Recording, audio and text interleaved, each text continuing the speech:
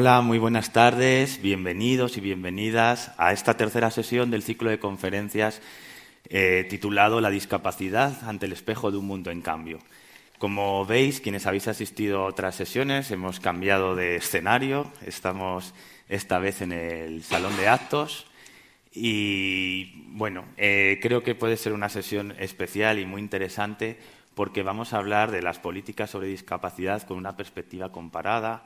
Y para ello tenemos a dos ponentes, aparte de un servidor, que vamos a hablar respectivamente de las políticas sobre discapacidad en el Reino Unido, en Francia y en España.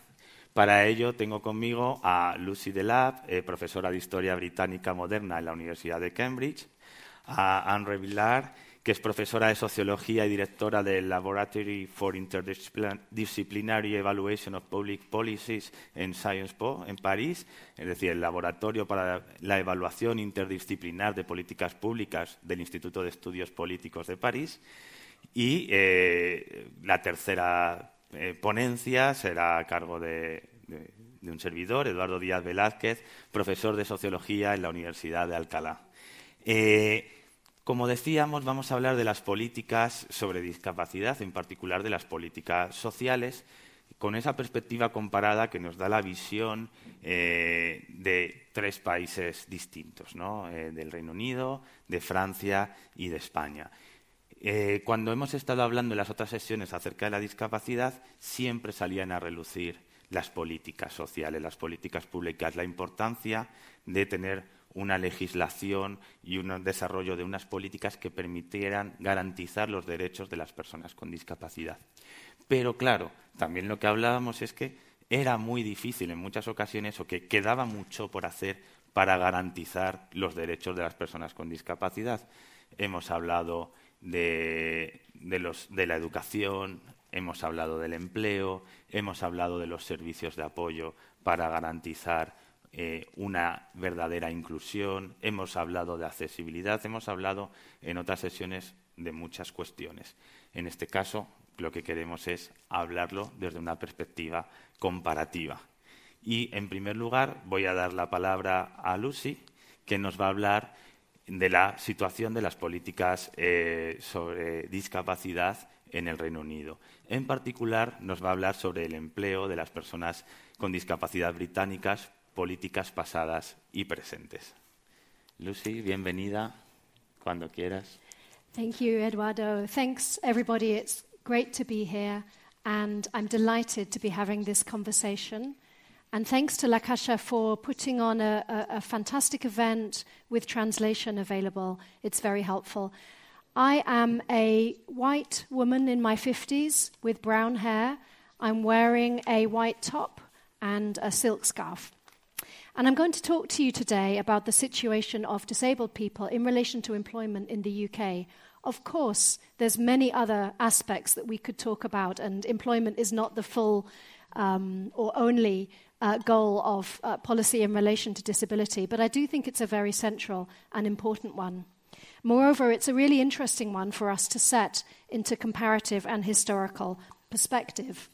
So, why am I going to talk to you today about history? Policymakers are often very forward-looking. They're determined to change the future, and they don't do much looking at the past. And in relation to disability, there's often an assumption that the past is full of negative experiences, that it's a time of discrimination and segregation. But I think that we can take a rather different approach to history. When we look back at history, we can sometimes see a past with positive experiences. And we shouldn't assume that just because of the passage of time, things necessarily get better for disabled people. Actually, we sometimes see retrogression and real difficulties today, and history can give us some ambitious ideas about change. History is also particularly interesting in the UK context because we have some interesting sequences of experiments with different kinds of policy approaches. So it allows us to compare over time as well as comparing between the different places that we're going to talk about today. So I'm going to start with today's situation in the UK, and then I'm going to take us back in time to look at some different policy periods. The situation in the UK today is often perceived as rather negative for disabled people, and that really came to a head with the report of the Commission into the Rights of Disabled People in 2016. That's the UN Commission. Because the UN is a signatory to the Convention on the Rights of Disabled People, the UN mounted a survey of the situation in the UK. And its report noted that there were what they called grave and systematic violations of the rights of disabled people.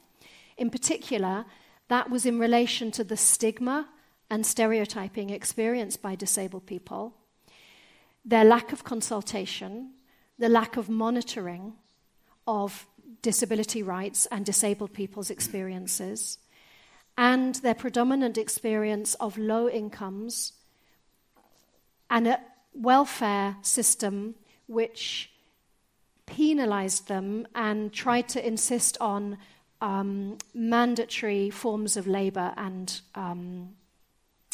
very sort of harsh penalties in relation to their rights to disability benefits. So the UK situation we can summarize today as being quite a hostile one.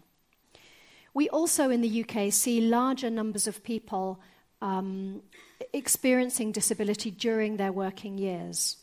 And the situation had been one of a slow diminution of the gap in employment between the non-disabled and disabled communities. The gap is around 30%, so it's still a very substantial gap in terms of disability inclusion in paid employment.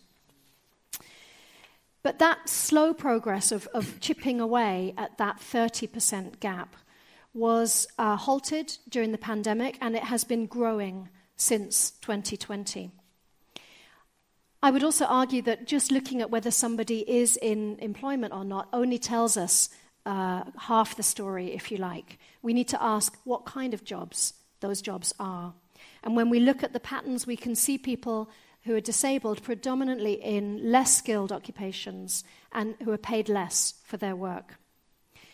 There are also specific groups of disabled people who experience less inclusion in employment terms, with people with mental health disabilities or people with intellectual disabilities, the two groups who are least likely to be in paid employment.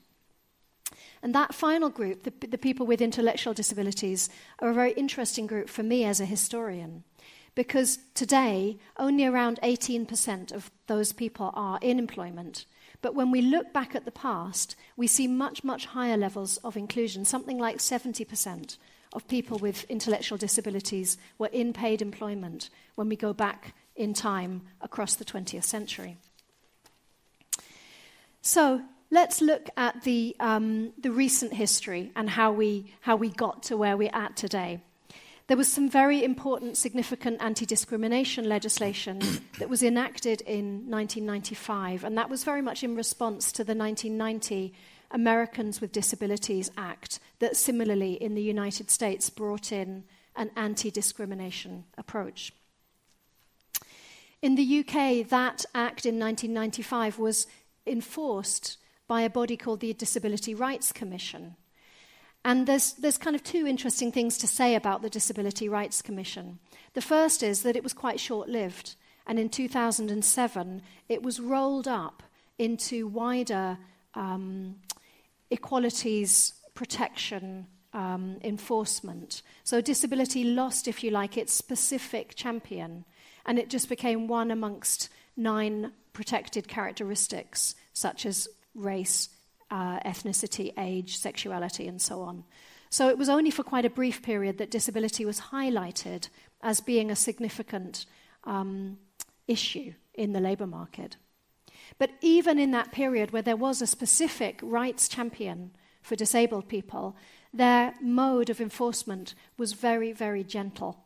They relied on kind of friendly persuasion rather than enforcement. There were almost no prosecutions for disability discrimination after that 1995 Act was brought in. So in a way, the atmosphere was one of help for disabled people rather than the rights of disabled people. And that is contextualized by the commitment in the UK to getting 1 million disabled people away from disability benefits and into work.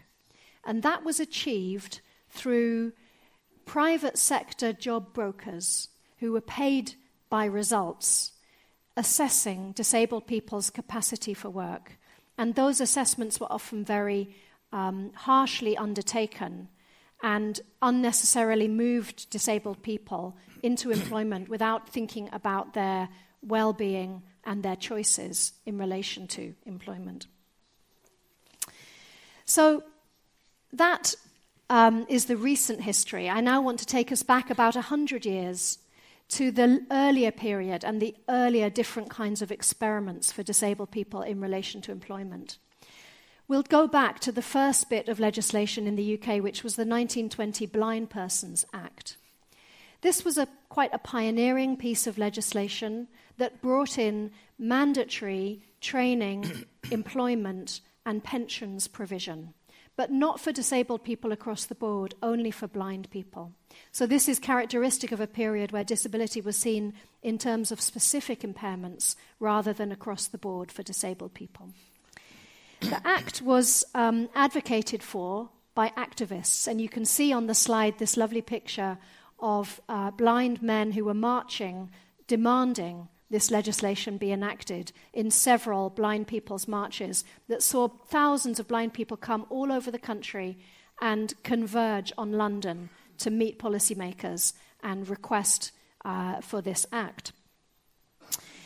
The Act set up a kind of mode of policymaking that unfortunately specified that the kinds of jobs that would be provided for blind people were ones that were perceived as relevant to their impairment.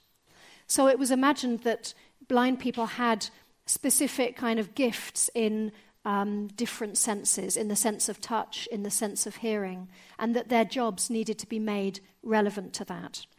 So it wasn't that they were seen as acceptable workers across the board. It was rather that they were seen in very specific areas. You can see on the slide some of the publicity that was provided by so-called blind workshops to sell their products. Their products were often kind of low-skill manufacturing of items like brushes and mats and knitted products. And that went with professions like piano tuning or massage that was specifically linked to blind people. All in all, this set up a kind of segregated environment where there was very low ambitions for blind people's labour market integration. So let's move on to the kind of second phase of policy innovation. And this happened during World War II, when the imagined and actual return of many disabled veterans made for a very dynamic policy environment with lots of possibilities of change. The UK, like many European countries, enacted quotas in 1944, reserving 3% of jobs in all corporations over 20 people for disabled people. This was exciting. It was much more interventionist in terms of demanding that disabled people were included. But the Act in 1944 also set up another kind of range of provision of segregated workshops through the Disabled Persons Corporation called Remploy, which set up workshops for people who it was imagined were too severely disabled to get jobs in open labour markets. Now, those workshops weren't always exploitative. They were often remembered by disabled people as full of sociability, quite empowering places where they were able to earn money. However, they were very limited, a bit like the so-called blind workshops. They were very limited in their imagination of what disabled people could do and really stuck to industrial manufacturing. How did it work out in terms of quotas? Well, the UK was marked by an environment of poor compliance a bit like in the 1995 Disability Discrimination Act, there was no real enforcement of the quotas on the ground.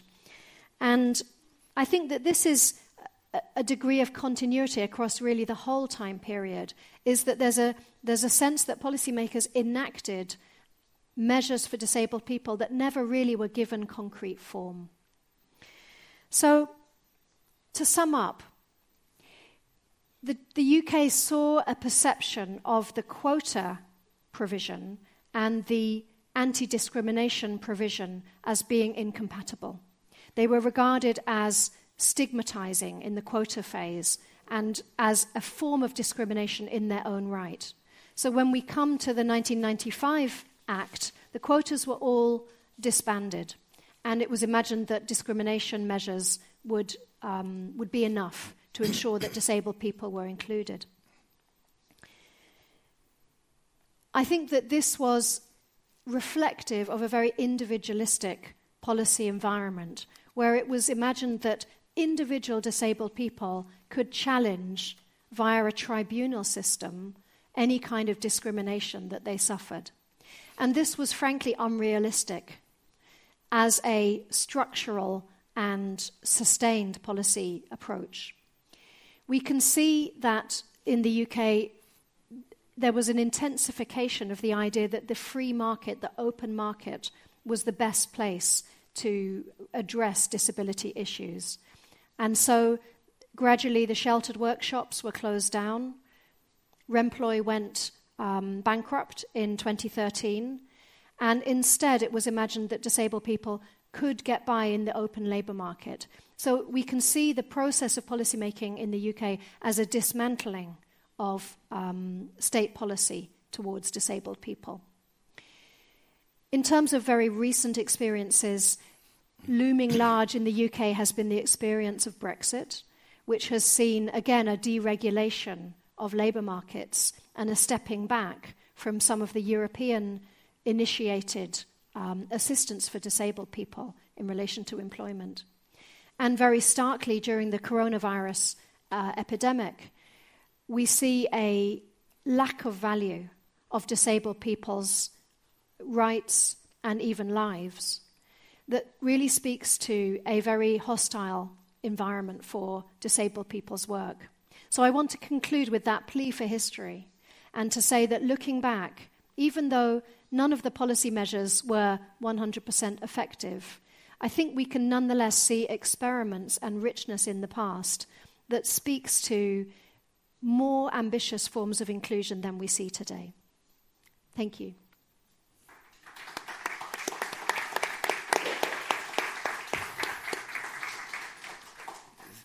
Thank you, Lucy. Muchas gracias, Lucy. Creo que nos has dado una visión global de la situación del Reino Unido, de la historia, y creo que esa visión histórica nos permite poder dar respuestas, ¿no?, a la situación actual y cómo podemos encontrar nuevas ideas que nos permitan mejorar la situación del colectivo.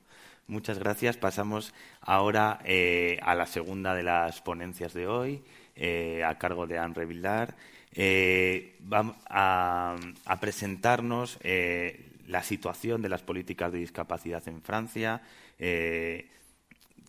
con la idea de la fragilidad de los derechos, ¿no? Disability Policy in France, Fragile Rights. Y adelante, Anne. Muchas gracias. Muchas gracias, Eduardo. Thank you all for being here. So as Eduardo said, I'm a sociologist at Sciences Po in Paris, and I've been working on disability policy in France for the past 10 years with a focus on disability and employment.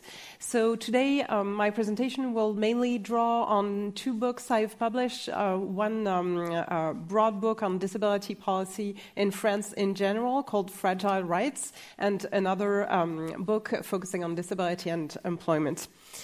So in this presentation, I will first give you a few elements about the history of disability policy in France, and I will then show that even though this history has led to the assertion of quite ambitious disability rights, these rights remain very fragile in practice. And I will then focus on the area of work and employment. So in France, as in many countries, the history of disability policy is closely related to the history of wars and social policy. Until the end of the 19th century, the only type of interventions were charity-based.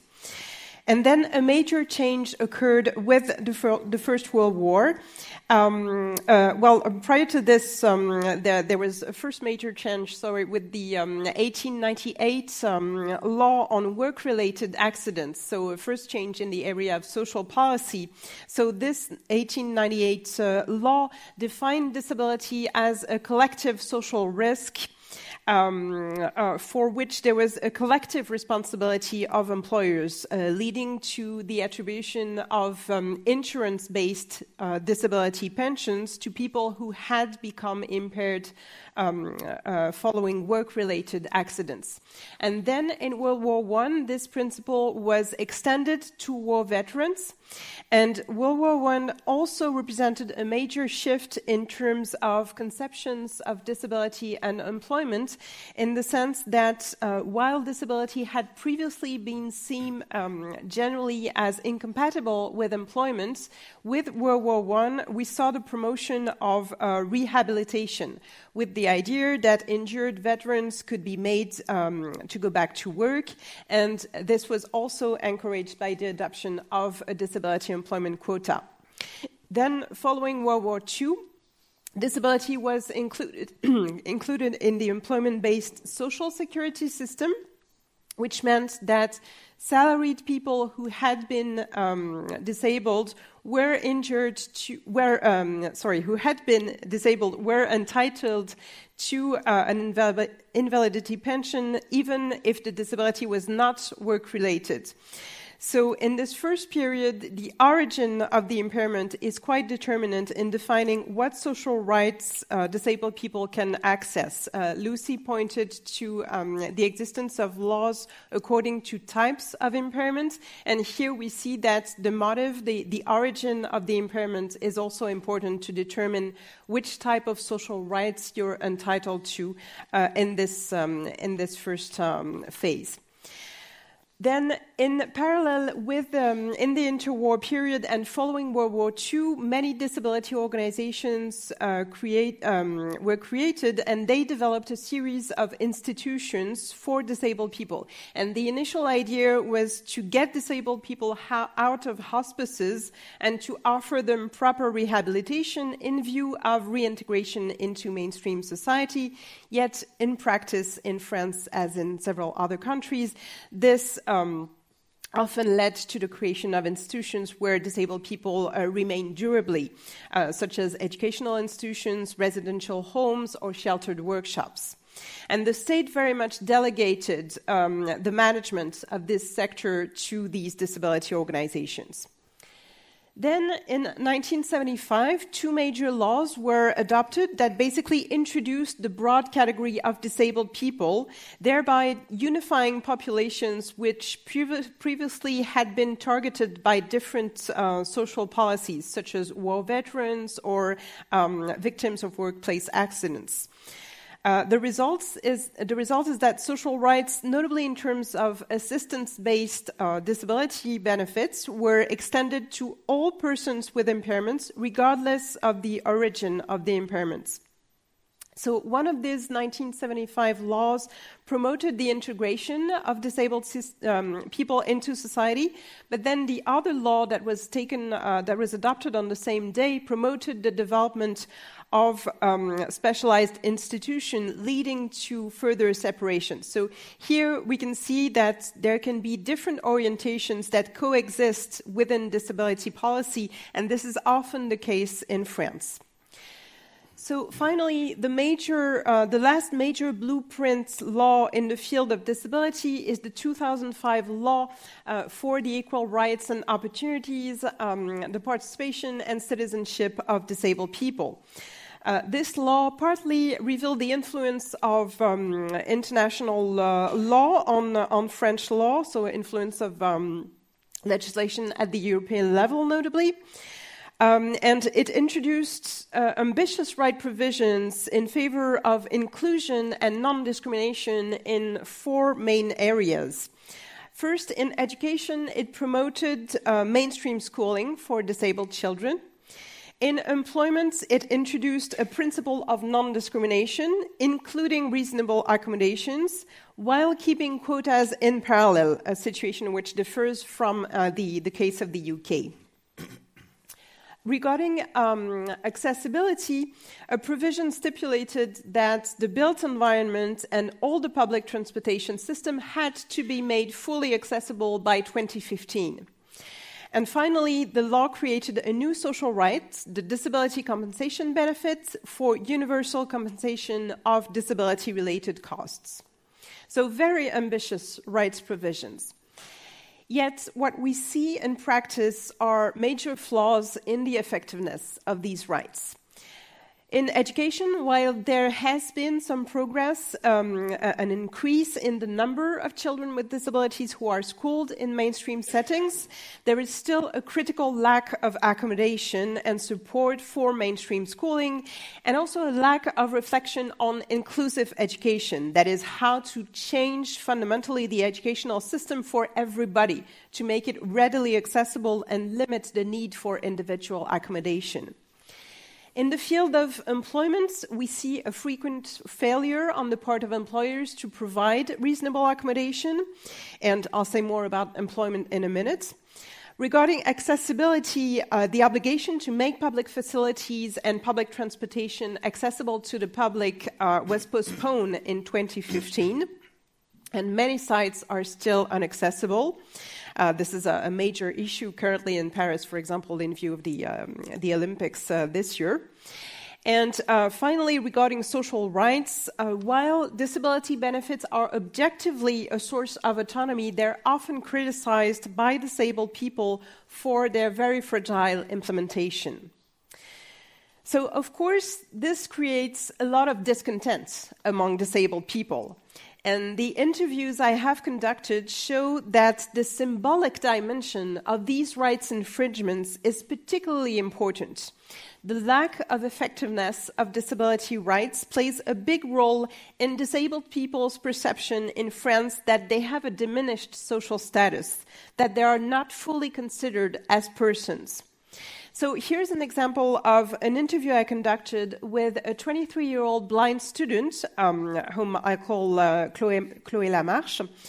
When I asked her what the 2005 law and the new rights it introduced meant to her, she said, well, I think there's a lot of bladder, really. It's a lot of hot air. That's what they say on the face of it in the media, but behind the talk, there aren't necessarily things being put in place. I think there's still an overall mentality. There's still a real problem recognizing a person with a disability as a person. So the issue for disabled people really is not just to have rights. It is to be considered as subjects of rights. Now, to talk a bit more specifically about disability and employment, the current situation in France is a situation of marginalization of disabled people on the labor market. So disabled people have lower employment rates. As you see in this graph, the employment rate was 38% at the end of 2022, as opposed to 68% for the general population. So similarly in the UK, about a 30% disability employment gap. Disabled people also have higher rates and longer periods of unemployment and higher rates of part-time work. But they're also marginalized within employment, being largely confined to lower status jobs with fewer career opportunities and limited income. And in this respect, it is really important to stress that employment is not a guarantee of economic autonomy for disabled people.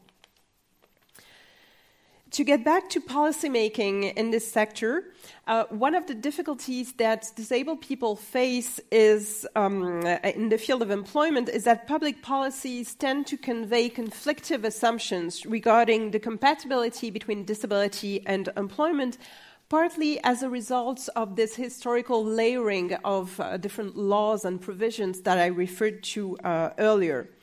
So to some extent, disabled people still face the old representation that sees disability as incompatible with work. Then you have policies such as the disability quota and rehabilitation policies that convey the idea that employment can actually help disabled people overcome their disability, but with also often the underlying assumption, notably in the case of quotas, that disabled people cannot compete equally with non-disabled people on the labor market. Then we have the anti-discrimination framework, according to which disabled people have a right to equality in the workplace, as well as a right to reasonable accommodation as a means of achieving equality. Then, completely at the opposite of the initial conception of work as incompatible with disability, you have the rise of diversity policies as well that convey the idea that disabled people can be an asset for employers. They can be even more productive than non-disabled people and improve the company's image, which may seem like a positive representation, but which actually puts a lot of pressure on disabled people. And finally, we have welfare-to-work policies, which press disabled people currently on welfare to access employment in order to reduce welfare costs. So disabled people are sort of trapped in between these conflictive representations regarding disability and work, which makes their situation quite complex. I'd like to finish by stressing what seems to me like some of the key stakes in the evolution of disability and employment policies in France. So first, as the disability quota is the cornerstone of French disability policies in the field of employment, there's a big question regarding how to improve it to make it more efficient. So currently in France, we have a 6% disability quota that applies to the private as well as the public sector. Now, there are controversies in disability studies around this disability quota, which seems to some as an outdated measure, which was the representation that led to its suppression in 1995 in the UK, for example. When it could also be framed as an advanced form of anti-discrimination when you think of the quota as a policy tool being used in other areas such as gender equality. When you think of gender quotas, you think of very progressive policy measures in favor of equality. So the disability quota could also be reframed in this way. Then, in terms of principles, I would argue that the main advantage of disability quotas is that they define a clear responsibility for employers in the employment of disabled people. In a policy context where there can be a temptation to focus only on the improvement of the employability of individuals rather than clearly defining a responsibility of employers for employment. Then I think we need to be pragmatic about the quota. Beyond ideological debates about what the quota means, we need to understand to what extent and how the quota works and how to reform it if needed to make it work better. Now, in the case of France, we currently lack serious quantitative evaluations of the impact of the disability quota. But qualitative research notably shows that the quota system has the inconvenience of focusing all the effort of companies on this measured objective, this measurable objective, to the detriment of more qualitative dimensions of policymaking, such as quality of life at work, career advancement, and reasonable accommodations. These qualitative works also show that companies tend to fulfill their obligation through job retention rather than hiring. So there are improvements to be made in order to make sure the quota fulfills its goal and does not do so to the detriment of other important aspects of disability and employment. Then there are also important current reflections regarding sheltered employment in France. which in the case of France remains much closer to a form of social service than to mainstream employment. So, for example, workers in sheltered employment in France are considered as service users and not as workers as such. There have been recent reforms to start to bring the status of disabled workers in sheltered employment closer to that of workers in mainstream employment, but there's still a very long way to go. And in parallel, the development of supported employment in France remains very limited, and we should invest a lot more in this, given the positive results it has shown in other countries, and including in Spain, for example. So finally, I have stressed that employment is not synonym to economic autonomy for disabled people, and I want to finish insisting on this conclusion, which means that we need to make sure to maintain social rights that are not dependent upon employment. The idea is to promote employment without compromising social rights, unlike what can be the case in some welfare-to-work policies, for example, what we've seen in the UK. Thanks a lot for your attention, and of course I'll be happy to get back to these different aspects in the discussion.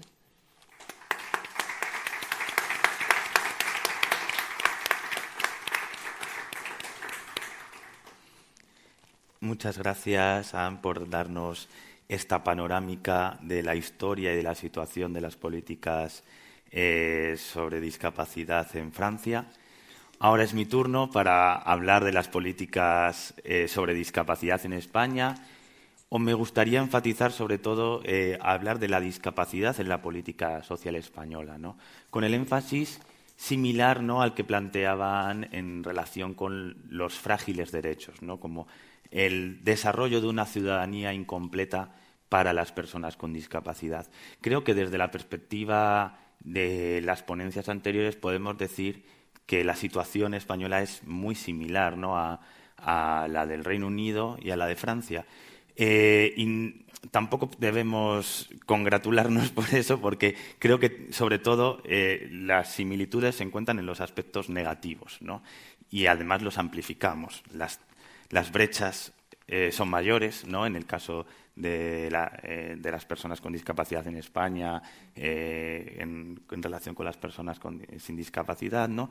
Pero sobre todo yo creo que hay dos cuestiones clave que son fundamentales al analizar la situación de las políticas sobre discapacidad en España, y que son dos ideas, ¿no?, que nos han trasladado tanto Lucy como Anne anteriormente. Por un lado es esa ruptura de la idea de progreso, de no pensar que todas las políticas sobre discapacidad están avanzando hacia lo que podríamos denominar la inclusión, ¿no?, y sobre todo la enorme brecha que existe, ¿no?, entre los discursos en relación con la discapacidad y en concreto la legislación, ¿no?, sobre discapacidad y el ejercicio efectivo de los derechos de ciudadanía por parte de las personas con discapacidad. Una brecha muy grande que tiene que ver sobre todo con la desigualdad, ¿no?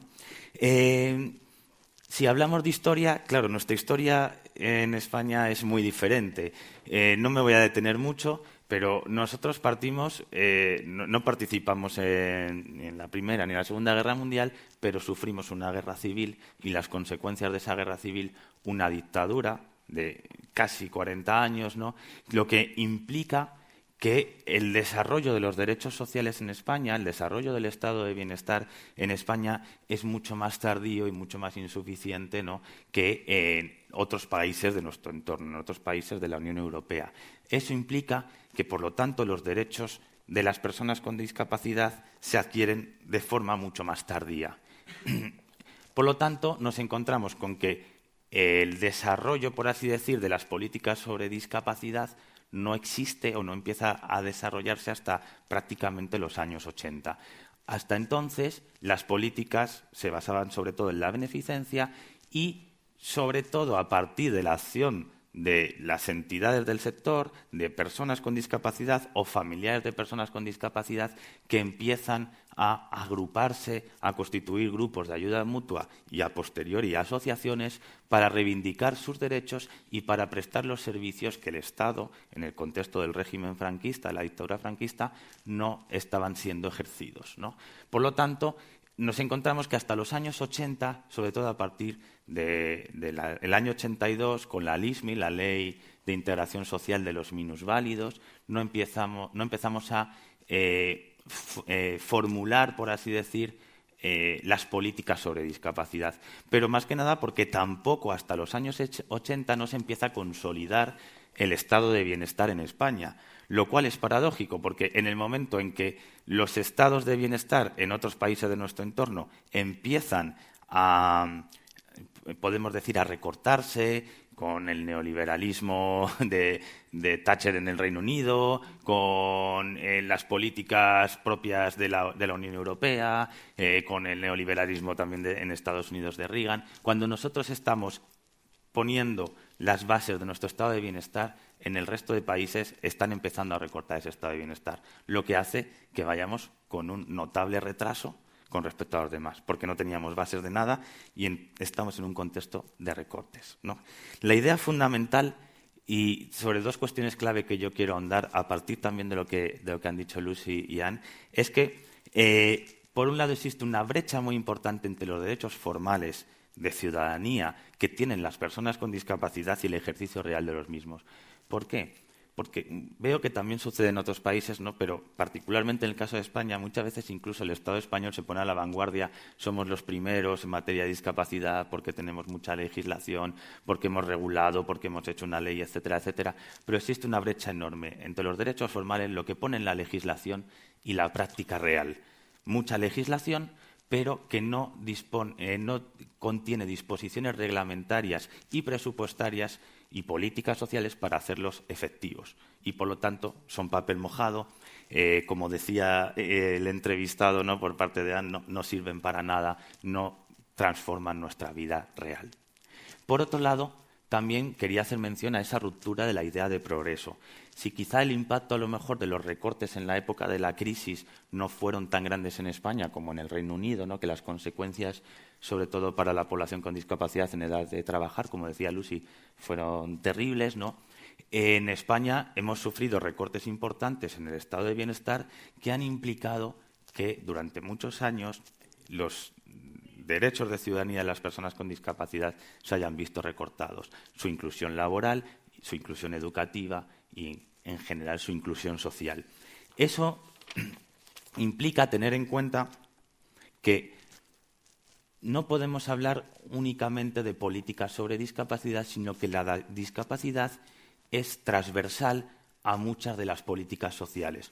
Las políticas educativas, las políticas de empleo, de vivienda, de salud o sanidad, servicios sociales, garantía de ingresos. Y creo que es una idea muy importante porque muchas veces ponemos el foco en las políticas sobre discapacidad, la responsabilidad, por así decir, en qué estamos haciendo en relación con las políticas sobre discapacidad y no pensamos en los marcos en los que se están desarrollando el resto de políticas, en los marcos generales de hacia dónde se mueve la sociedad en la que vivimos.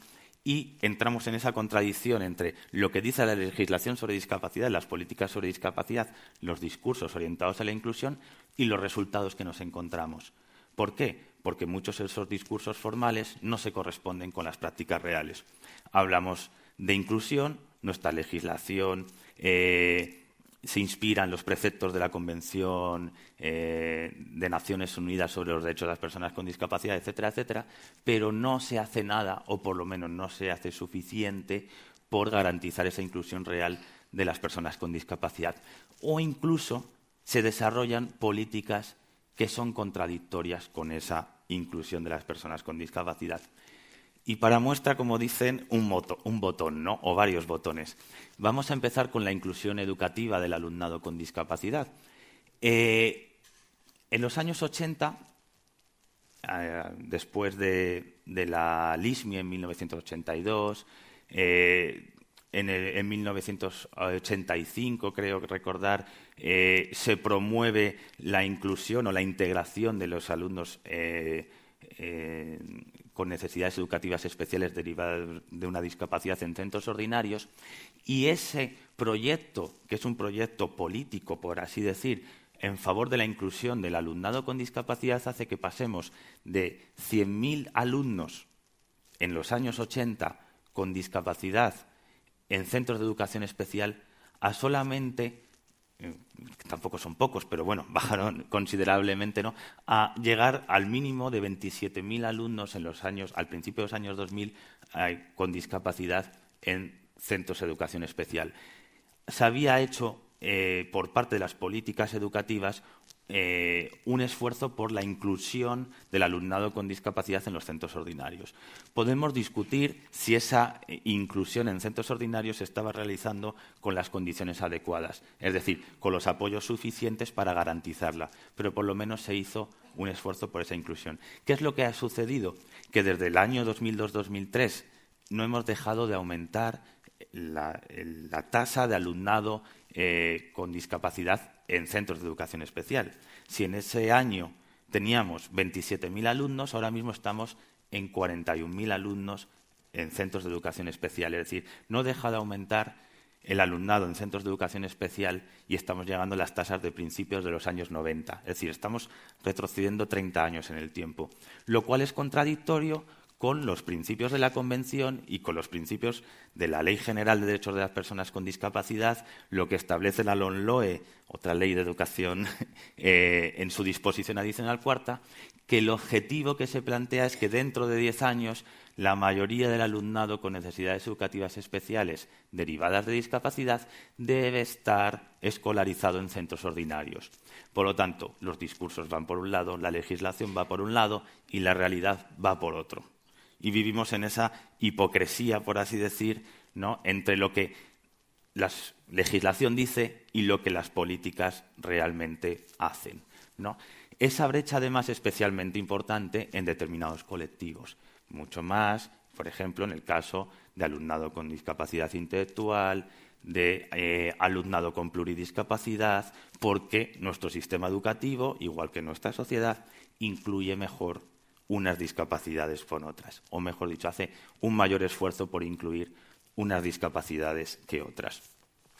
Eso tiene importantes consecuencias, porque, claro, la falta de inclusión educativa, la falta de políticas, de apoyos, de recursos para la inclusión, hace que los resultados educativos de las personas con discapacidad sean inferiores, bastante inferiores, con respecto a los del resto de la población. Particularmente porque cuando acaba la educación obligatoria se aparta ese alumnado. Si en la educación secundaria obligatoria el 3,3% de los alumnos tienen una discapacidad, cuando se pasa al bachillerato, la educación no obligatoria, el paso a la educación superior, a la universidad, solamente el 0,9% tiene una discapacidad. El resto son derivados a la FP básica, a sistemas alternativos, pero lo que les dice el sistema es: no puedes seguir estudiando, no vales para estudiar. ¿Cuál es la consecuencia? Que muchos menos personas con discapacidad llegan a la universidad, a los estudios superiores, y en muchas ocasiones cuando llegan es a partir de una ruptura con su trayectoria educativa. Es decir, pasados unos determinados años, en la universidad a distancia, a partir de las pruebas para alumnos mayores de 25 años, y por lo tanto no se les permite en muchas ocasiones tener la misma trayectoria educativa que el resto de la población. Eso implica, por lo tanto, mayores tasas de abandono escolar temprano y, sobre todo, una menor formación que les va a dificultar luego, posteriormente, el acceso al empleo, es decir, la inclusión laboral. Hablaban Lucy y Anne que en el Reino Unido y en Francia las diferencias entre población sin discapacidad y población con discapacidad rondaban el 30%. Aquí no tengo justo la tasa de empleo, pero en España rondan el 40%. Es decir, estamos siempre a distancia, vamos siempre con retraso, tanto en el desarrollo de las políticas como vamos con retraso en reducir la brecha entre la población sin discapacidad y la población con discapacidad. ¿Qué es lo que sucede? También en el caso de España teníamos un sistema de cuotas. No era el 3%, era un 2%. Se estableció con la LISM en el año 1982. ¿Y qué es lo que sucedió? Pues vivíamos en un contexto, como decíamos, de recortes del estado de bienestar y también de desregulación del mercado laboral. Y esa desregulación del mercado laboral tenía consecuencias importantes en los derechos de los trabajadores y también en los derechos de los trabajadores con discapacidad. Pues en este caso, la legislación o el legislador desarrolla lo que denomina las leyes de medidas alternativas, las medidas alternativas al cumplimiento de la cuota de reserva. Por la presión, sobre todo, de los poderes empresariales, en la medida en que les costaba y podía considerarse que era difícil alcanzar unas cuotas de 2% de personas con discapacidad en las empresas, presionan para que, frente al cumplimiento de la cuota de reserva, se puedan desarrollar algunas medidas alternativas que pasen, en lugar de por la contratación de trabajadores por discapacidad, con la subcontratación a centros especiales de empleo, es decir, al empleo protegido, o que pueda pasar incluso por las donaciones económicas, ¿no?, a entidades de discapacidad, fundaciones, asociaciones, etcétera. Por lo tanto, el objetivo de inclusión laboral que se establece con el sistema de cuotas, que es una política, yo creo que antidiscriminatoria, como decía antes Anne, y que sobre todo trata de que la sociedad, y en este caso la economía y las empresas, se comprometan con los objetivos de inclusión social, ¿no?, pues se desvirtúa. ¿Por qué? Porque si las empresas ya no tienen obligación de contratar, pues, bueno, se desarrollan incentivos a la contratación, y esos incentivos a la contratación, que apelan más a la responsabilidad individual del empleador y, sobre todo, a la capacidad y la empleabilidad de la persona con discapacidad para acceder al mercado de trabajo, pues van acompañados, sobre todo, de perversiones. ¿En qué sentido? Pues nos encontramos con empresas que no contratan a personas con discapacidad, salvo los últimos meses del año, que contratan a un volumen determinado de personas con discapacidad para cumplir con el 2% de la cuota de reserva, sin ningún tipo de finalidad práctica, ningún objetivo de inclusión. Total, es para cumplir con la norma. Otras muchas empresas las incumplen directamente porque el sistema de sanciones, pues bueno, no existe. Y luego también otras empresas pues desarrollan medidas alternativas, pero sobre todo falta una inspección laboral fuerte, suficiente, para poder garantizar este cumplimiento de la cuota de reserva. Y, por otro lado, falta, como decía también en el caso de Francia, faltan políticas o falta la evaluación de las políticas para saber por qué no se está cumpliendo con esa cuota de reserva y proponer medidas que favorezcan su implementación. ¿Qué es lo que sucede sobre todo? No podemos acceder a esos datos de cumplimiento de las cuotas de reserva. No, las estadísticas que las podríamos conseguir con cierta facilidad, no podemos acceder a ellas. Esos datos no son públicos y, por lo tanto, no podemos analizar el grado de cumplimiento o no de la cuota de reserva. Pero, como también se decía antes, ya no solamente las personas con discapacidad tienen más difícil el acceso al empleo, sino que ese empleo, por lo general, se hace en condiciones más precarias, salarios más bajos. Por otro lado, más contratación a tiempo parcial, condiciones de trabajo más precarias, una mayor sectorización en trabajos de escasa cualificación, sobre todo del sector servicios. Por ejemplo, analizando las estadísticas de contratación del SEPE, de los Servicios Públicos de Empleo, se ve que con mayor frecuencia los contratos que se hacen a personas con discapacidad son sobre todo en los sectores servicios como la limpieza o jardinería. Por lo tanto, esas políticas van, por así decir, orientadas a una segmentación de la población con discapacidad en el mercado laboral, que provoca unas desigualdades, condiciones de acceso y unas desigualdades, condiciones de vida a posteriori. ¿Por qué? Porque si las personas con discapacidad tienen más dificultades para generar ingresos y en muchas ocasiones tienen más gastos añadidos por razón de su discapacidad o por la falta de financiación pública de las necesidades específicas de discapacidad hace que una persona con discapacidad tenga mayor probabilidad de estar en riesgo de pobreza y de exclusión social. En el caso de las personas sin discapacidad es de un 22,7%, en el caso de las personas con discapacidad en España es de un 30%. Las personas con discapacidad tienen mayor probabilidad de estar en una situación de pobreza, de exclusión social, de generar menos ingresos, pero al mismo tiempo hay una mayor probabilidad de que una persona adquiera una discapacidad si proviene de un hogar o de una familia con bajos ingresos. ¿Qué quiere decir esto? Que las condiciones de vida están condicionando también la aparición de discapacidades. Por lo tanto, nos falta un sistema público que garantice los derechos de las personas con discapacidad, garantizando su inclusión educativa, garantizando su inclusión laboral y garantizando unos ingresos suficientes para poder vivir en unas condiciones de vida dignas y también un acceso a la vivienda, etcétera, etcétera. Vivimos sobre todo en un sistema en el que llegamos tarde, por así decir, a dar respuesta a las necesidades y el desarrollo de los servicios y de las políticas sociales en relación con la discapacidad son insuficientes. Esto hace, por lo tanto, que las personas con discapacidad se posicionen en una situación de inferioridad, en una situación inferior en la sociedad. ¿Pero por qué fundamentalmente?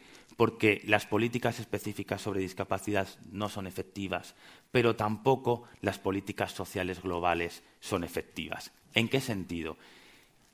Hemos visto que está aumentando notablemente la proporción de niños y niñas con discapacidad que van yendo a centros de educación especial. ¿Por qué se debe fundamentalmente? Porque el sistema educativo cada vez es un sistema más competitivo, que está más orientado a la excelencia y deja fuera o no plantea suficientes apoyos y suficiente atención a las necesidades específicas del alumnado que se salen de lo que se considera el alumnado estándar, del alumnado normal.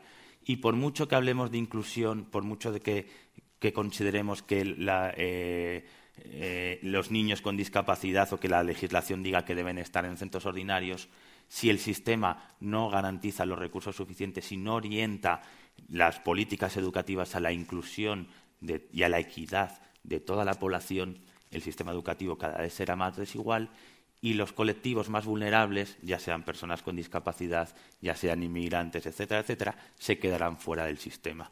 Lo mismo sucede con el empleo. Si el mercado de trabajo cada vez está más desregulado, si tuvimos una reforma laboral en 2012 que incluso permitía el despido por enfermedad, un despido objetivo, si una persona tenía una enfermedad y una baja por enfermedad que se prolongara X tiempo, ¿no? Eso fue derogado en 2020, afortunadamente, si no desarrollamos políticas de mercado de trabajo que tengan un objetivo de inclusión laboral en unas condiciones dignas, con un empleo de calidad, por mucho que propugnemos la inclusión laboral de las personas con discapacidad y que las empresas individualmente o los empleadores traten, por su buena voluntad, de garantizar o de contratar a personas con discapacidad, si la sociedad, y en este caso las administraciones públicas, no ponen los recursos para hacerlo posible, ese empleo no se garantizará. Por lo tanto, existe una brecha importante entre la legislación, los discursos en torno a la discapacidad y las prácticas reales.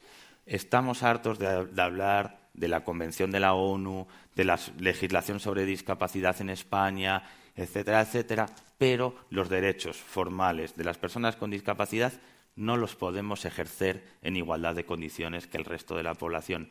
¿Por qué? Fundamentalmente porque no se desarrollan políticas para garantizarlos. No se hace lo posible para garantizar esa igualdad de derechos. Pero esas políticas sociales, además, y para concluir, no solamente tienen que estar orientadas a prestar apoyos a las personas con discapacidad. Hay una cuestión fundamental que debemos transformar los entornos en los que vivimos. Debemos hacer los espacios más accesibles, los espacios de ciudadanía, desde la educación al empleo, pasando por los espacios de ocio, etcétera, etcétera, cultura.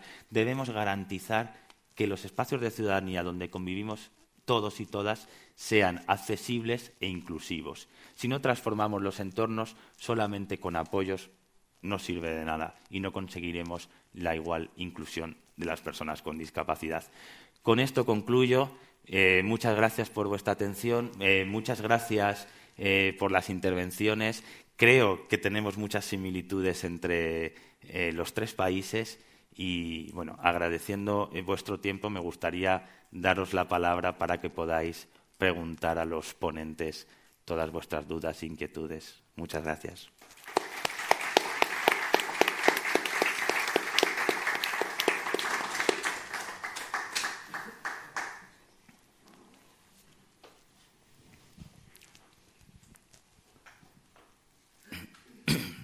Hola, muchas gracias por las exposiciones, han sido muy interesantes. Una cosa que me llama la atención es que yo he viajado poco, pero he estado en París y en Londres y me llama mucho la atención que están muy mal, la accesibilidad está fatal en el metro, para caminar por la ciudad, para entrar a los restaurantes, y eso que dicen que han empezado antes, ¿no? Y me pregunto por qué una cosa tan sencilla como la accesibilidad universal, que no molesta a nadie le molesta una rampa, poder entrar con la bicicleta, poder entrar con muletas, poder entrar con carritos de bebé, es tan difícil de conseguir, ¿no? Estamos hablando de ciudades muy grandes y realmente donde me siento más cómoda es en Barcelona. Gracias. Si queréis, hacemos primero que hagan primero las preguntas y luego contestamos. Vale. Sí. Bueno, felicitaros, sobre todo a ti en la situación en España, porque me he sentido muy reflejada. Yo soy profesora y aparte soy discapacitada. Y como profesora decir que realmente ha sido muy favorable esa inclusión de los alumnos con discapacidad, con dificultades educativas en los colegios. Ha sido genial porque, bueno, han aprendido todos, hemos aprendido todos, los alumnos y profesores, pero realmente la dificultad de los profesores ha sido, bueno, pues muy grande, ¿no? El hecho de que sí, que estaban en clase, pero, bueno, pues alumnos autistas, síndrome de Down, Asperger, alumnos con, sobre todo, pues con trastornos de hiperactividad que se movían y que era tan difícil pues poder atenderlos y atender al resto de la clase. La dificultad tan grande que hemos tenido ha sido pues exactamente pues necesitar ayuda de una segunda persona, recursos, asesoramiento para los profesionales, y realmente nos hemos encontrado con muchas dificultades. En primaria se ha adaptado muchísimo la programación para este tipo de alumnado, pero a medida que he ido creciendo, he entendido perfectamente lo que has comentado, ¿no? Secundaria, bachillerato, universidad, ya no ha habido pues quizás esta concienciación, y el hecho de que ya no estuviera adaptada pues las programaciones ha hecho que pues un abandono. Y yo como discapacitada, realmente la pérdida de ingresos ha sido altísima. Ahora mismo no puedo trabajar y bueno, realmente veo que sí, que existe una dificultad muy grande en poder llevar un día a día pagando pues tantísima rehabilitación y bueno, tratamientos. Y también estoy de acuerdo con la anterior intervención. Quiero agradecer muchísimo a la ciudad de Barcelona. Yo voy en scooter habitualmente y tengo problemas de movilidad, y lo bien adaptada que está para moverme por la ciudad. Estoy encantada, y esto sí que es muy positivo por lo menos en lo que yo me he encontrado en los meses que llevo con discapacidad, que han sido pocos, no es una larga historia. Pero bueno, lo que me he encontrado ha sido que he podido moverme por la ciudad fácilmente. Aquí hay...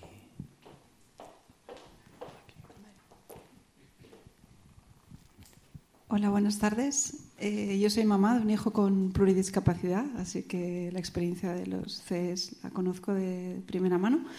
La pregunta que quería haceros es de otra índole totalmente diferente. Es un poco qué futuro os imagináis en Europa con la subida de las políticas de derecha y ultraderecha. ¿Cuánto de establecidas están estas leyes de protección o de inclusión de las personas con discapacidad en Europa? ¿Están en peligro?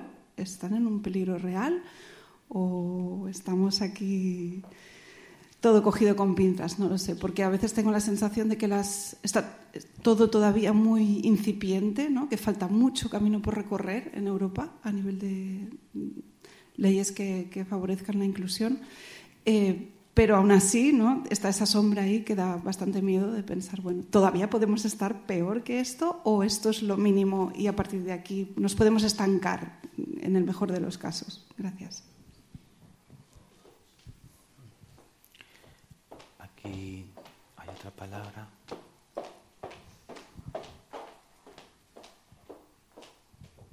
Hola, buenas tardes. Bueno, pues muchísimas gracias por las 3 experiencias súper interesantes. Yo también soy profesora en la universidad y también tengo discapacidad.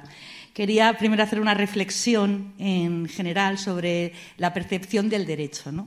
Yo creo que el movimiento feminista consiguió su mayor cuota de éxito cuando la mitad de la población del mundo ha entendido que somos mujeres y que tenemos los mismos derechos. Las personas con discapacidad somos el 15% de la población mundial. El último informe de la OMS del año 2023 nos sitúa en 1.300 millones de personas con discapacidad. Es decir, 1 de cada 7 personas, si vamos por la calle y contamos, tiene discapacidad. Cuando legislamos o cuando se legisla para las personas con discapacidad, se debe de pensar en ese imaginario colectivo que existe en la sociedad, que es un grupo residual, que es aquella persona que va en silla de ruedas, que es aquel que tiene síndrome de Down y que sale en la tele, que es aquel que ahora tiene un problema de salud mental por la pandemia, cuando no se sitúa como colectivo de derechos. Porque la legislación está claro que nos reconoce los derechos, pero a la práctica no es cierto.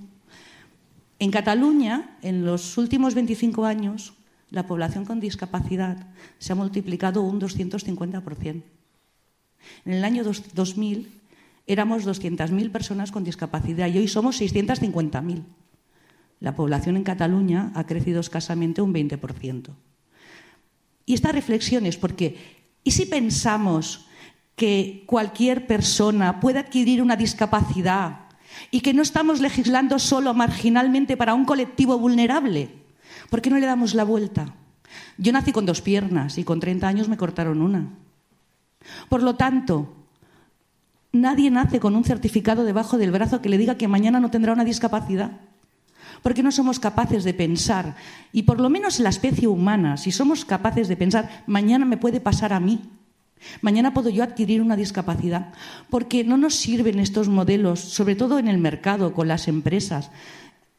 Tenemos mucha legislación de que tienen que cumplir con el 2%, pero no se cumple, se buscan, como dice Eduardo, es cierto, esas medidas alternativas que lo que acaban es creando más guetos. Con la educación inclusiva, pero si la LOMLOE lo dice clarísimo, si tenemos la Convención, si es que tenemos los Objetivos de Desarrollo Sostenible, que en el objetivo número 4 habla de la educación inclusiva, tampoco la cumplimos. ¿Por qué no pensamos que nos puede tocar a mañana a nosotros? Porque con esto acabo, Cuando Eduardo ha dicho el tema de la educación y de que no existe tampoco una transición entre la educación obligatoria hasta los 16 y luego vemos cómo va cayendo la inclusión, pero es que tampoco tenemos ofertas formativas. Mira, realmente los cursos que hay adaptados en estos cursos de formación profesional de grado medio adaptado para especiales dificultades, ¿sabes cuáles son? Especialidad de jardinería y contabilidad. ¿Qué esperamos que se dediquen los jóvenes con discapacidad? Pues que sean jardineros, no se espera nada más de ellos. Por lo tanto, yo creo que existe un vacío de conciencia, porque leyes tenemos muchas. De alguna forma tenemos que interpelar a la sociedad. Es que, si no, ¿cómo lo haremos? Porque también dándole la vuelta, ¿no?, que decía Eduardo, el ciclo de la pobreza, ¿no? ¿Realmente somos pobres y los pobres llegan antes a la discapacidad o la discapacidad nos conduce a la pobreza? La población europea, el 30%, está en riesgo de exclusión social. O sea, son posibles candidatos a tener una discapacidad.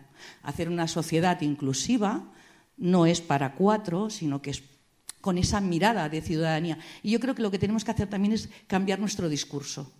dejar de hablar de un colectivo para hablar de la sociedad. Y un poco copiar esas imágenes que el movimiento feminista sí que ha conseguido, ¿no? En temas de cuotas y en temas de conquistas sociales que ahora pues nos toca a nosotros como colectivo. Nada más. Muchas gracias. Otra intervención y, si os parece, ya la última para que podamos... Sí, no.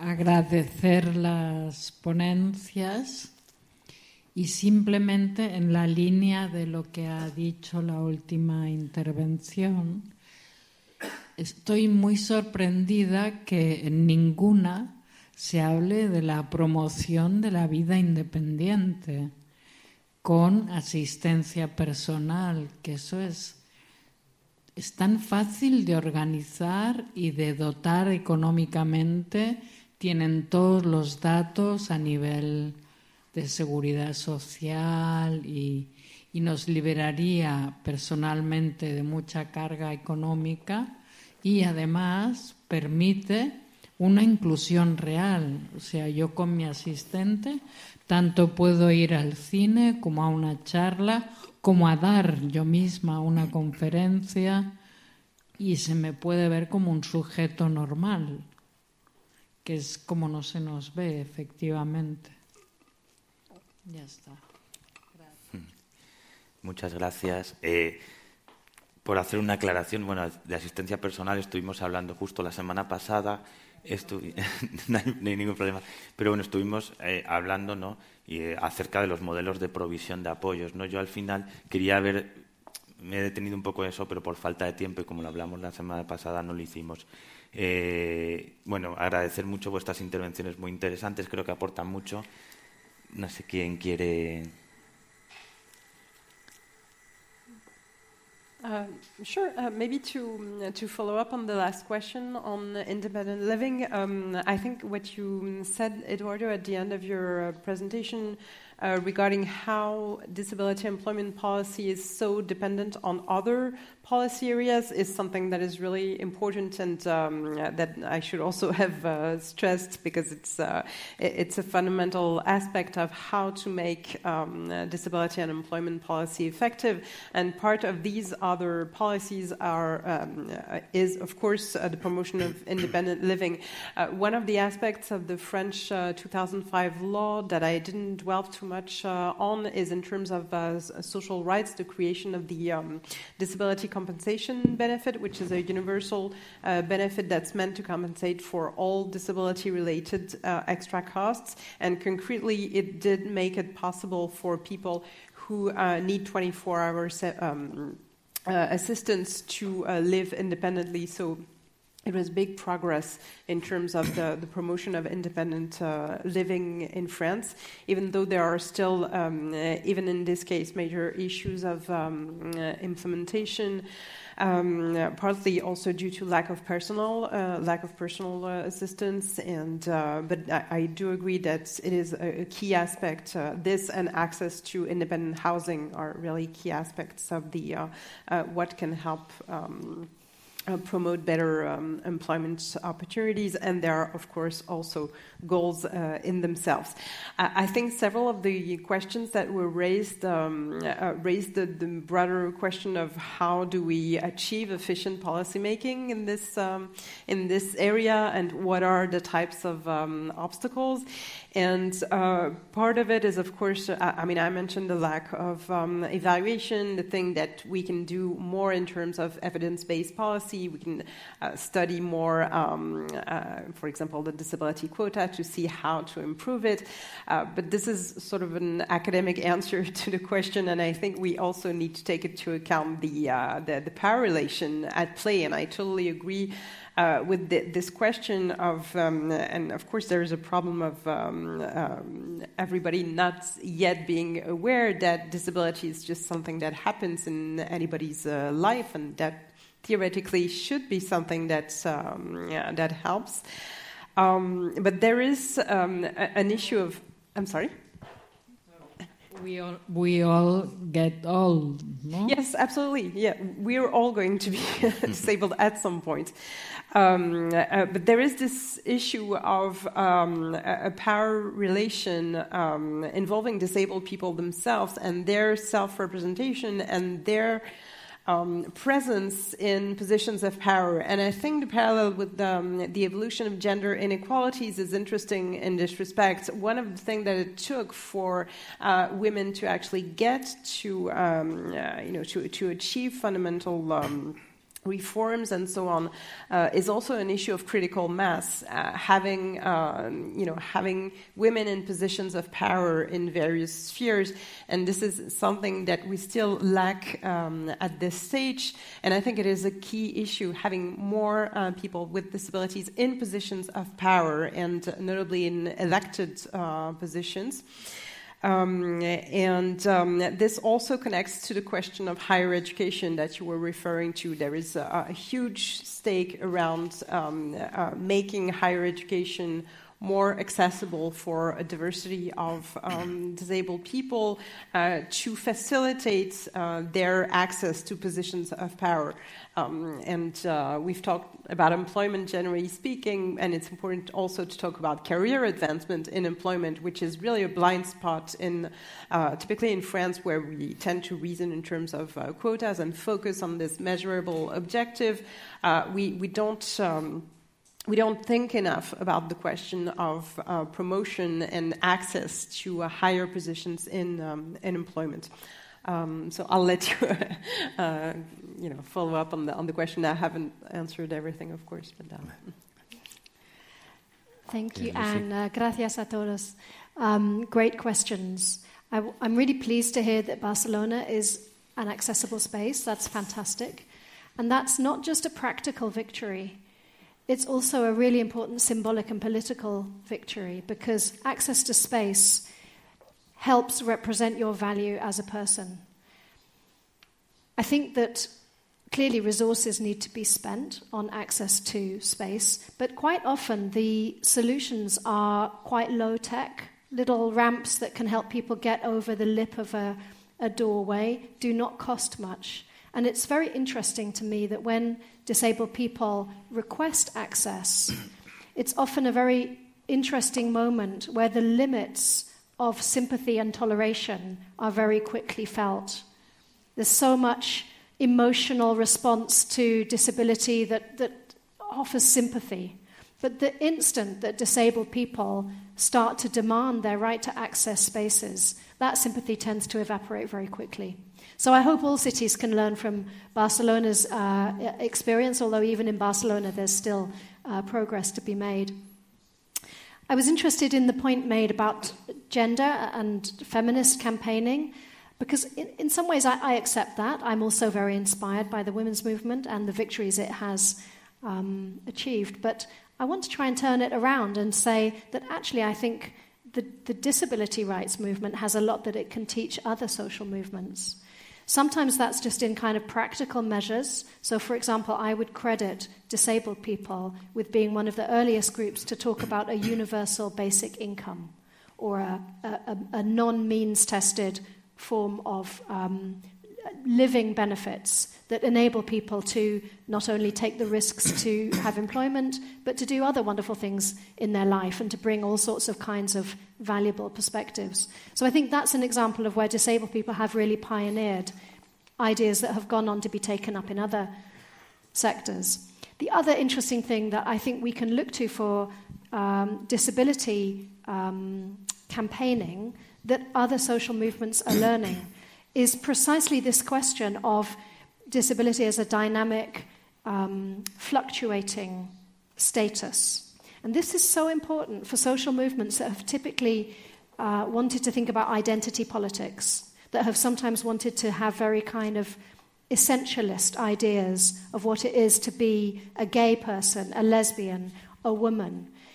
These social movements have usefully learned what it is to talk about dynamic sites of experience, where people move in and out of a particular category like disability on a daily or a life course basis. That has been a really powerful political learning point that other social movements have learned from disabled people.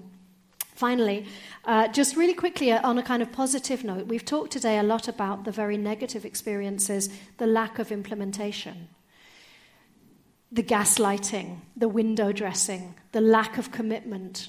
These things are very depressing. So let's think about some of the positive ways in which we can see change happen. The first, I would say, is the leverage that we get from a demographic situation where many European countries are seeing a diminished number of workers and an aging population, and are asking, how can we keep people in the workplace? How can we get more value from our population, which might be reducing in its number? And that is a great moment to say, okay, disabled people represent a resource where, with a small amount of social investment, there's going to be a big social and economic payoff. So I think this gives us great opportunities to influence policymakers. Secondly, I just want to say again, in the UK context, it was the UN Commission and its report talking about grave violations that sparked a debate. So even though the UN doesn't necessarily have kind of full policing power, its voice is very valuable in any national context. And that value was really felt in the UK, where we really looked closely at the position of disabled people after that very negative 2016 report. So change can happen. Muchas gracias, Lucy. Bueno, creo que las respuestas son bastante certeras a muchas de las cosas que habéis tratado. Me gustaría también aportar mi granito de arena, y partiendo casi del final, ¿no?, de lo que mencionaba Pilar en relación con la idea de la universalidad. La discapacidad es una contingencia que prácticamente todos vamos a poder experimentar a lo largo de la vida, ¿no? Y no estamos hablando de políticas específicas, no estamos hablando de políticas identitarias, sino que por eso yo he hecho la última mención a la necesidad de transformar los entornos, los espacios, porque la accesibilidad nos atañe a todos. Igual que la igualdad de género, el feminismo nos atañe a todos en la medida en que un sistema desigual en relación con el género, en relación con la diversidad funcional, etcétera, está implicándonos a todos, porque no solamente porque podamos a lo mejor en algún momento de nuestra vida experimentar una situación de discapacidad, sino porque también los espacios inclusivos y accesibles nos benefician a todos. Son buenos, iguales más, evidentemente, unas personas a otras, pero son útiles para todos. Y hay una cuestión fundamental, que es la de la presencia. Es decir, si nosotros garantizamos que los espacios sean más accesibles, que sean más inclusivos, la propia presencia de las personas con discapacidad nos ayudará precisamente a que esos espacios lo sean. Pero en muchas ocasiones, ¿qué es lo que sucede? Que si no tenemos esa presencia, no ignoramos las necesidades de las personas con discapacidad en relación con su inclusión, en relación con su accesibilidad, en relación con la adaptación de los espacios. ¿Por qué? Porque no nos damos cuenta, y ese es un problema consustancial, por así decir, a las políticas de accesibilidad. No se hacen porque no se consideran pertinentes, porque nunca hemos llegado a una situación en la que una persona ha querido entrar a un espacio y no podía. Pero claro, el problema es que las personas, si saben que ese espacio no es accesible, no van. Entonces, claro, es una lógica perversa, ¿no? Es otro círculo vicioso, ¿no?, entre muchos de los que planteábamos, en los que seguimos dando vueltas, ¿no? Y como decíamos, la discapacidad es una contingencia que podemos experimentar a lo largo de la vida, en muchas ocasiones en el proceso de envejecimiento, ¿no? ¿Cuál es el problema? Que cuando hemos empezado a pensar en nuestro país por los servicios de apoyo, ¿no?, los sistemas de apoyo integrales para las personas con discapacidad no integrales, ha sido cuando la población envejecía. Y, por lo tanto, hemos hecho una ley de atención a la dependencia desde una perspectiva gerontológica. Y así podemos hablar. Entonces, no hemos pensado qué necesita la gente, qué apoyos necesita, cuáles son sus necesidades y vamos a disponer de los recursos suficientes para hacer esos apoyos, sobre todo, además, en los contextos cotidianos de su vida, que ahí viene la asistencia personal, que ahí viene el apoyo del asistente personal, sino que hemos pensado, la población mayor envejece, vamos a hacer residencias, vamos a hacer centros de días, vamos a disponer de servicios de ayuda a domicilio para atender sus necesidades básicas de la vida diaria. Pero hemos empezado, por así decir, por una parte del colectivo que no representaba o no representaba la mayoría del colectivo. Y, por lo tanto, cuando queremos dar respuesta, además, una cosa que me gustaría haber dicho, no hemos dicho y no he dicho antes, el sistema de atención a la dependencia ha fagocitado todo el sistema de atención a personas con discapacidad. Es decir, ha pasado el sistema de atención a personas con discapacidad, los servicios sociales de discapacidad, por el sistema de dependencia, porque ahí es donde se han concentrado los recursos. Las implicaciones que han tenido son bastante graves, porque no estamos pensando en las necesidades tan diversas que puede tener el colectivo en función de sus necesidades y sus situaciones vitales, ¿no? Cuestiones importantes, ¿no? El tema de los gastos extraordinarios que no están cubiertos, las necesidades, que hay muchísimas cosas que el sistema no cubre. Y si tenemos unas mayores dificultades para acceder a unos determinados ingresos y no se cubren esas necesidades, las desigualdades se acentúan, evidentemente. En relación con otras cuestiones, aquí hay una pregunta que me parece muy importante, ¿no? En relación con el futuro de Europa, el peligro de que los derechos se vengan recortados por la emergencia de la ultraderecha o partidos que defienden, por así decir, el recorte de derechos para determinados colectivos. No ha sido quizá tan incisivo con las personas con discapacidad como otros colectivos, pero sí que hay que estar en guardia. Pero claro, nos tenemos que preguntar por qué emergen partidos de ultraderecha que abogan por el recorte de los derechos sociales de la población y abogan por el enfrentamiento con colectivos minoritarios o no tan minoritarios, como es el caso de las mujeres, ahora que hablábamos, ¿no?, del feminismo. Es que esta contradicción de la que hablábamos entre lo que nos dicen el deber ser, ¿no?, y lo que nos exige finalmente el sistema, es decir, nos dicen las personas con discapacidad deben ser incluidas por la sociedad, pero luego realmente el sistema te está diciendo que solamente si eres un superhéroe, un supercapaz, una persona con discapacidad que ha tenido varias carreras, que no sé qué, no sé cuántos, podrás ser incluido realmente en la discapacidad. Y además responsabilizan individualmente, no te rindas nunca, si quieres puedes, lo vas a conseguir, si te esfuerzas te conseguirás un empleo, pero ¿y si no lo consigues, no por tu responsabilidad individual? ¿Qué? ¿Qué es lo que sucede? ¿Cuál es la culpa? Es decir, estamos construyendo una sociedad que se basa en contradicciones, ¿no?, entre lo que se dice y lo que realmente exigimos a las personas. Y eso genera muchos malestares sociales, no solamente en el colectivo de personas con discapacidad, sino en el conjunto de la población. Por eso emergen también las enfermedades mentales, los problemas de salud mental, los trastornos de ansiedad, depresión, etcétera, etcétera, por unas exigencias vitales que no tienen su correlato en las posibilidades reales por parte de la población para poder ejercer unos derechos. Entonces vivimos en esa eterna contradicción que en el caso de las personas con discapacidad, como es muy obvia, ¿no?, en la medida en que te dicen tú puedes ser incluido, tú puedes, te garantizamos el acceso al empleo, el acceso a la educación, que puedas estudiar porque tenéis los mismos derechos que el resto de la población, y luego la realidad es otra. Y por lo tanto eso genera malestares sociales por decir, no, es que no me estás garantizando los derechos, pero a pesar de mi esfuerzo, de mi formación, etcétera, etcétera, no puedo acceder realmente a al ejercicio de los derechos de ciudadanía en igualdad de condiciones que el resto de la población. Con esto quisiera terminar porque, como tengo el reloj enfrente, veo que son las 8:02, nos estamos pasando un poquito de la hora. Agradeceros enormemente, en particular a Ani y a Lucy, su participación en esta última sesión de este ciclo de conferencias, agradecer al público vuestra presencia y, sobre todo, esas intervenciones tan valiosas y tan importantes que habéis realizado. Y esperemos que nos podamos ver en otros encuentros más adelante en Barcelona, en donde sea, y podamos seguir debatiendo y reflexionando acerca de la discapacidad. Así que agradecer a la Fundación La Caixa, particularmente, que hayan planteado este ciclo de conferencias tan importantes sobre discapacidad y agradeceros a todos y a todas vuestras aportaciones. Hasta pronto.